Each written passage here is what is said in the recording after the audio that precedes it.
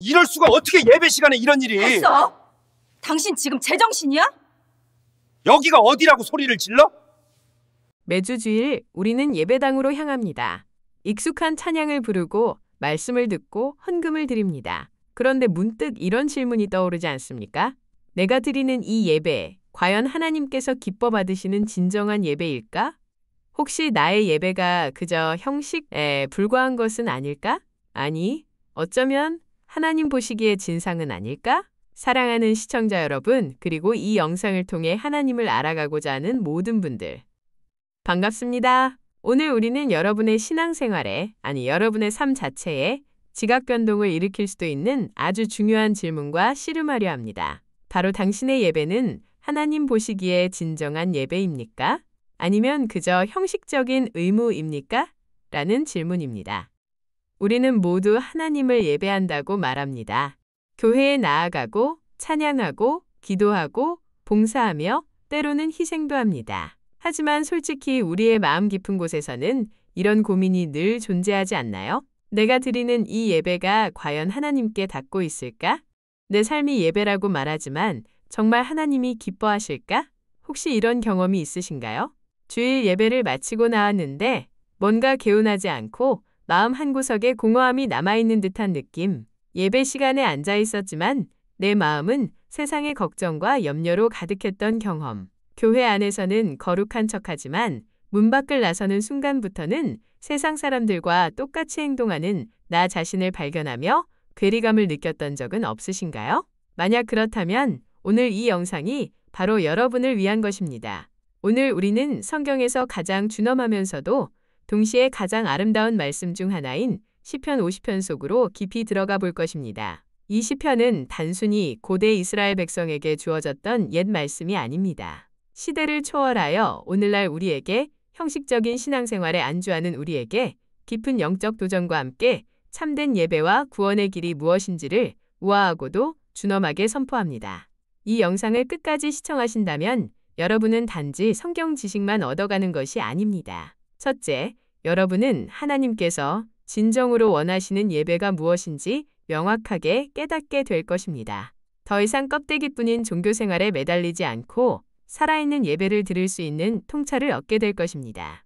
둘째, 여러분의 일상 속에서 하나님과의 관계가 훨씬 더 깊어지고 매 순간이 감사와 기쁨으로 충만해지는 경험을 하게 될 것입니다. 진정한 감사가 무엇인지 알게 되면 여러분의 삶 자체가 변화될 것입니다. 셋째, 인생의 어떤 환난과 어려움 속에서도 흔들리지 않는 굳건한 믿음과 평안을 얻게 될 것입니다. 하나님을 부르짖는 참된 능력을 발견하게 됩니다. 넷째, 가장 중요하게는 여러분의 삶을 통해 하나님의 구원을 실제로 경험하고 하나님을 영화롭게 하는 참된 자녀로서의 정체성을 확립하게 될 것입니다. 헛된 종교적 위선에서 벗어나 진실함으로 행할 때 하나님께서 어떻게 역사하시는지 직접 보게 될 것입니다. 이 영상은 단순히 듣고 지나가는 설교가 아닙니다. 여러분의 영혼을 흔들고 삶의 방향을 바꿀 수 있는 강력한 메시지를 담고 있습니다. 그러니 지금 잠시 모든 방해 요소를 내려놓으시고 저와 함께 이 진정한 예배의 여정으로 떠나봅시다. 준비되셨습니까? 그럼 시작하겠습니다. 오늘 우리는 장엄하면서도 준엄한 시편 50편의 말씀 속으로 들어갈 것입니다. 특별히 첫 번째 메시지, 즉 하나님의 심판을 피하기 위하여 형식적인 삶에서 벗어나야 합니다. 라는 주제에 집중해 봅시다. 시편 50편은 숨막히는 장엄함으로 시작됩니다. 여러분도 그 장면에 함께 서 있다고 상상해 보십시오. 1절 말씀입니다. 전능하신 이 여호와 하나님께서 말씀하사 해 돋는 데서부터 지는 데까지 세상을 부르셨도다. 온 세상이 고요합니다.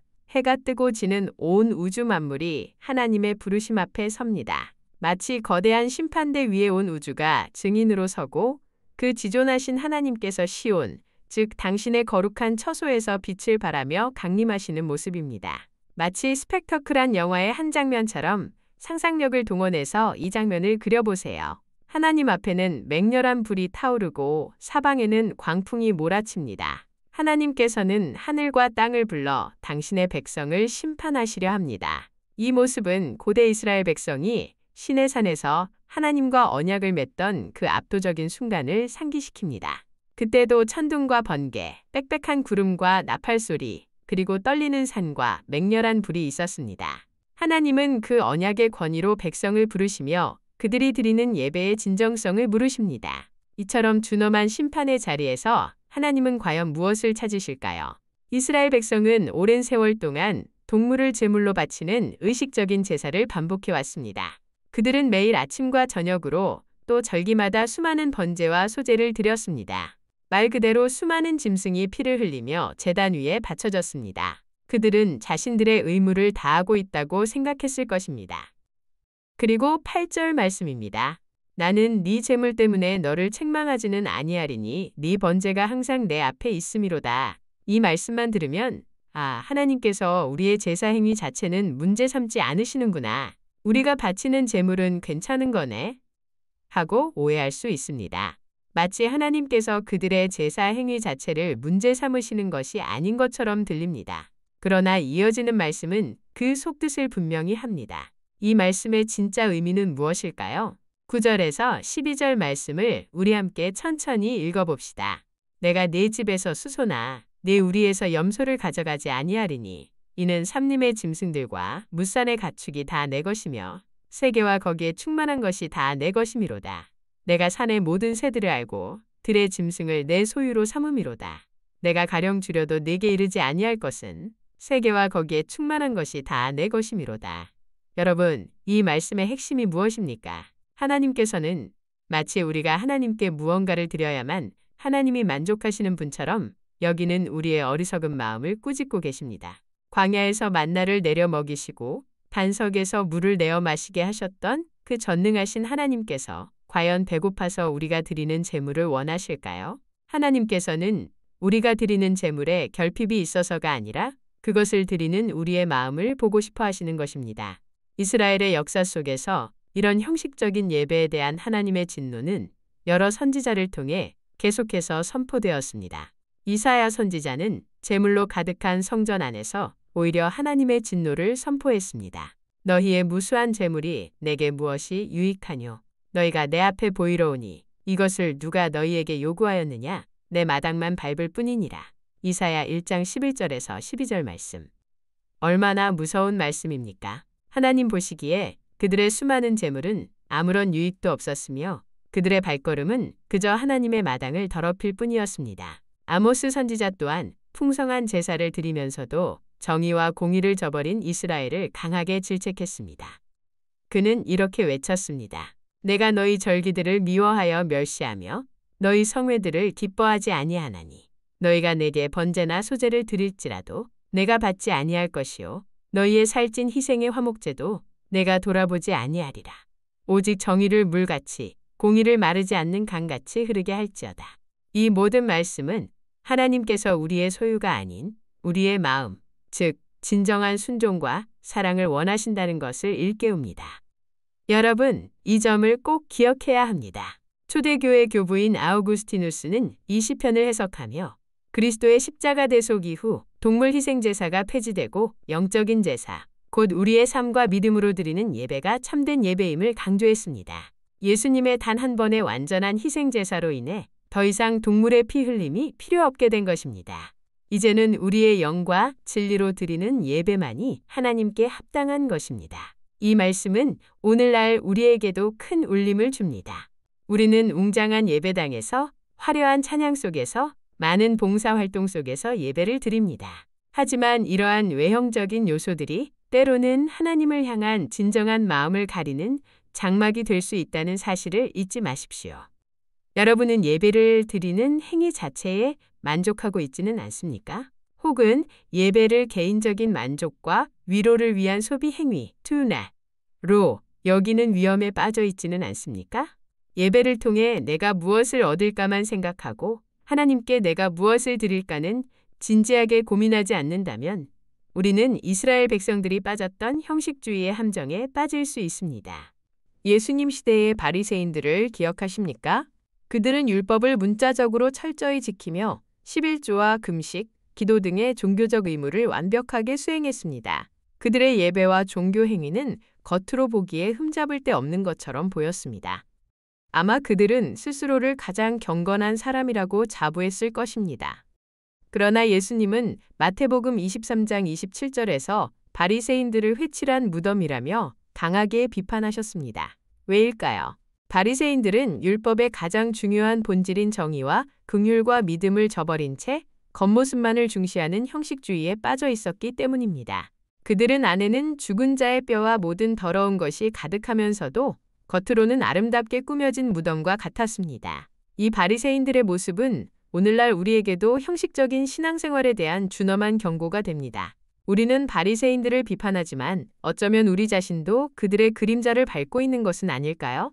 우리도 겉으로는 경건해 보이지만 속으로는 세상을 사랑하고 죄와 타협하며 살아가는 위선적인 모습은 없는지 깊이 성찰해야 합니다. 사랑하는 성도 여러분, 이 영상을 시청하고 계신 여러분께 다시 한번 묻습니다. 오늘 우리의 예배는 진정으로 하나님을 향한 깊은 사랑과 경외심에서 비롯되고 있습니까?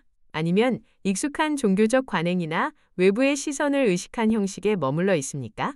우리는 예배에 참석하고 헌금을 드리고 봉사활동에 참여하는 것을 넘어 우리의 마음이 진정으로 하나님께 드려지고 있는지 스스로에게 물어야 합니다. 하나님께서는 우리의 능력이나 소유가 아닌 우리의 전 존재를 원하십니다. 우리의 마음을 살피고 우리의 예배가 외형적인 행동을 넘어 하나님을 향한 진정한 내면의 고백이 되도록 결단합시다. 이 고백은 우리의 죄와 부족함에도 불구하고 예수 그리스도의 보혈로 말미암아 우리가 하나님 앞에 설 수 있게 되었다는 복음적 확신 위에서만 가능합니다. 우리를 위해 자신을 온전히 드리신 그리스도의 희생을 기억하며 우리도 예수님께 우리의 모든 것을 드리는 예배자가 될 수 있기를 예수님 이름으로 축원합니다. 여러분, 아직 끝나지 않았습니다. 이 경고의 메시지 다음에 이어질 하나님의 참된 예배에 대한 아름다운 약속은 여러분의 신앙생활을 완전히 새롭게 할 것입니다. 형식주의의 덫에서 벗어나 살아있는 예배를 드리는 비결이 바로 다음 이야기에 숨겨져 있습니다. 형식적인 제사로는 하나님을 기쁘시게 할 수 없다는 준엄한 경고를 들었으니 이제 우리의 마음속에 한 가지 중요한 질문이 떠오를 것입니다. 그렇다면 하나님께서 진정으로 원하시는 예배는 무엇인가? 바로 이 질문에 대한 하나님의 아름다운 답변이 이어집니다. 하나님께서는 형식적인 제사를 책망하신 후에 이제 참된 예배의 본질이 무엇인지를 밝히십니다. 우리 함께 시편 50편 14절과 15절 말씀을 읽어보겠습니다. 감사함으로 하나님께 제사를 드리며 지존하신 이에게 네 서원을 갚으며 환난 날에 나를 부르라. 내가 너를 건지리니 네가 나를 영화롭게 하리로다. 얼마나 아름답고 감동적인 말씀입니까? 앞선 준엄한 심판의 말씀 뒤에 이렇게 따뜻한 초대의 메시지가 등장합니다. 여기에는 우리의 마음을 움직이는 세 가지 중요한 요소가 담겨 있습니다. 이 세 가지가 여러분의 삶을 진정한 예배로 바꾸어 놓을 것입니다. 첫째는 감사의 제사입니다. 여기서 감사함으로 제사를 드리는 자의 히브리어 토다는 단순한 감정적 감사를 넘어 감사제물 또는 감사찬양 의미합니다. 다시 말해 우리의 삶의 태도 자체가 하나님을 영화롭게 하는 진정한 제사임을 강조하는 것입니다. 우리는 너무나 쉽게 감사를 잊고 살아갑니다.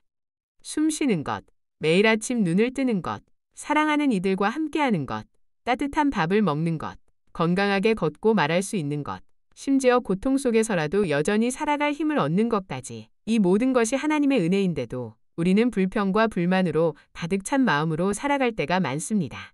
우리는 가지지 못한 것에 집중하며 이미 받은 수많은 은혜들을 당연하게 여기는 경향이 있습니다. 하지만 참된 예배는 우리의 일상생활 속에서 하나님께서 주신 셀 수 없는 은혜들을 깨닫고 하나님께 진심으로 감사하는 삶입니다. 여러분의 하루를 돌아보세요. 어떤 작은 것에서도 하나님의 은혜를 발견할 수 있을 것입니다. 그것을 깨닫고 마음 깊이 감사하는 순간 여러분의 삶은 이미 예배가 되고 있는 것입니다. 종교개혁자 루터와 칼빈은 이 구절을 중세 가톨릭 교회의 공로 사상과 형식적인 의식주의를 비판하는 강력한 근거로 사용했습니다. 그들은 행위가 아닌 오직 믿음과 감사, 그리고 말씀에 대한 순종이 참된 예배의 본질임을 천명했습니다. 우리의 감사함은 우리의 의무가 아니라 우리를 구원하신 하나님의 놀라운 사랑에 대한 자연스러운 그리고 필연적인 반응이어야 합니다. 하나님이 우리에게 베푸신 사랑을 깨닫는다면 감사가 터져나오지 않을 수 없습니다. 둘째는 서원을 갚는 삶입니다. 지존하신 이에게 네 서원을 갚으며 여러분은 하나님께 어떤 서원을 드렸습니까? 세례를 받을 때 했던 신앙 고백, 교회의 직분을 맡을 때 했던 서약, 어려울 때 하나님께 하나님 이번만 도와주시면 제가 이렇게 하겠습니다. 하고 드렸던 간절한 약속들. 이 모든 것이 서원입니다. 어쩌면 너무 오래되어 잊어버렸을 수도 있고 상황이 바뀌어 지키기 어렵다고 생각할 수도 있습니다. 그러나 참된 예배는 이 서원들을 기억하고 신실하게 이행하는 삶입니다. 서원을 갚는다는 것은 우리의 말과 행동이 일치하는 삶의 정직성과 성실성을 의미합니다. 우리는 너무나 쉽게 약속을 잊고 편리함과 자기 유익을 좇아 살아갑니다. 세상은 약속을 쉽게 깨는 것을 용인하기도 합니다. 그러나 하나님께서는 우리의 진실함을 원하십니다. 우리의 삶의 모든 영역에서 우리가 하나님께 드린 약속들을 성실히 지킬 때 우리의 삶 자체가 하나님께 드려지는 향기로운 제사가 될 것입니다. 혹시 오늘 여러분의 마음을 짓누르는 하나님께 드렸지만 아직 지키지 못한 서원은 없습니까?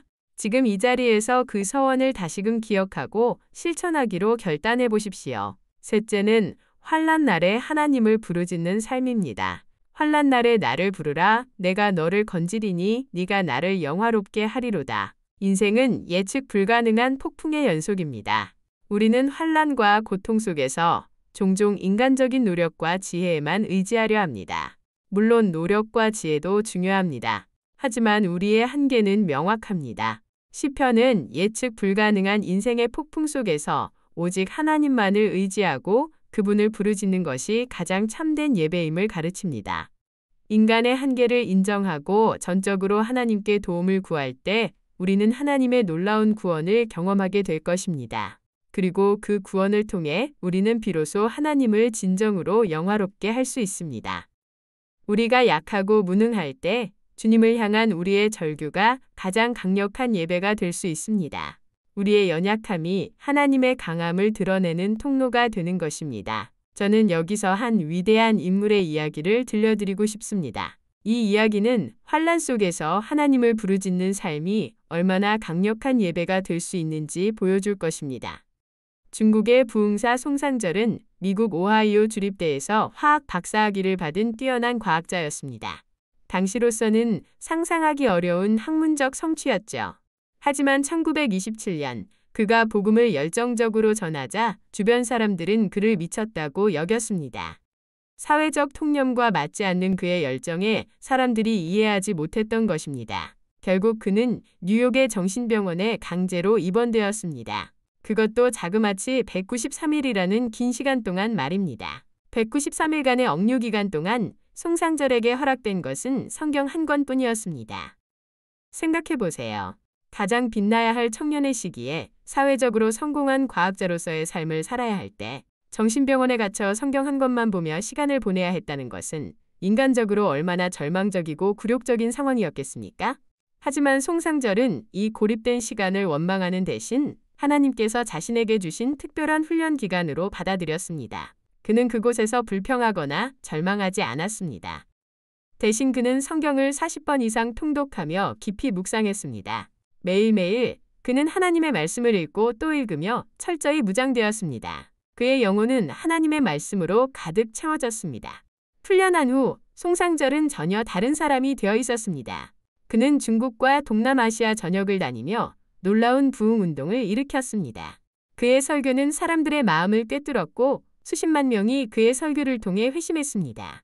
많은 이들이 선교사로 헌신하며 그의 뒤를 따랐습니다. 후에 그는 이렇게 고백했습니다. 만약 정신병원에 갇히지 않았다면 나는 하나님의 말씀을 그토록 깊이 알지 못했을 것이고 하나님께서 나를 그렇게 크게 사용하실 수 없었을 것입니다. 겉으로 보기에 인생 최악의 굴욕이었던 정신병원 억류가 실제로는 하나님께서 그를 강력한 복음의 도구로 빚으시는 훈련장이었던 것입니다. 송상절의 감사는 상황을 초월한 하나님의 주권에 대한 깊은 신뢰였습니다. 그의 환난 속에서 하나님을 부르짖고 그 상황을 감사로 받아들였던 그의 삶 전체가 하나님께 드려진 가장 아름다운 예배가 된 것입니다. 사랑하는 시청자 여러분, 우리가 하나님께 드릴 수 있는 가장 고귀한 제사는 무엇일까요?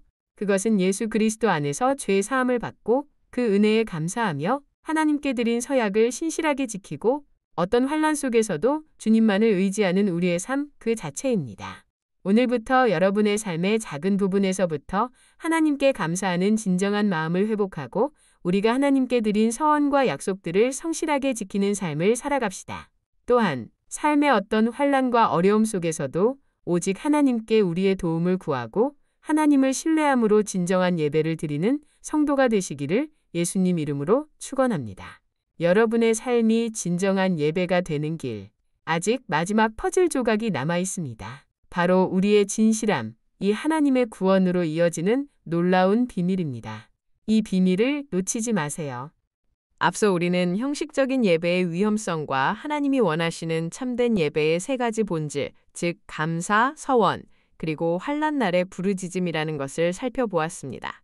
이제 시편 50편은 이러한 참된 예배를 요구하는 동시에 입술로는 하나님의 율법을 말하나 실제 행동으로는 죄악을 일삼는 위선적인 자들을 향한 준엄한 질책을 쏟아냅니다.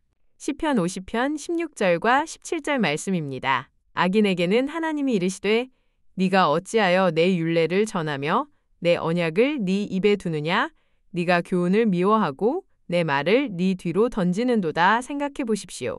하나님 앞에서 율법을 입으로 외우고 언약을 말하면서도 실제로는 그 율례와 언약을 미워하고 등 뒤로 던져버리는 삶. 이것이 바로 위선입니다. 이어서 시편은 도둑질, 간음, 비방 등 온갖 죄악을 저지르면서도 하나님께서 침묵하시니 마치 하나님도 자신들과 같은 줄로 착각하는 자들을 향해 경고합니다. 시편 50편 21절 말씀입니다. 네가 행하였으되 내가 잠잠하였더니 네가 나를 너와 같은 줄로 생각하였도다. 그러나 내가 너를 책망하여 네 죄를 네 눈앞에 낱낱이 드러내리라. 하나님의 침묵은 결코 동의가 아닙니다. 때로는 하나님께서 회개할 기회를 주시기 위해 기다리시는 것일 뿐입니다. 그러나 언젠가는 모든 것이 낱낱이 드러나게 될 것입니다. 이는 단순한 도덕적 충고가 아닙니다. 언약 백성이 언약 관계 안에서 진실하고 정직하게 살아야 한다는 신학적 요구입니다.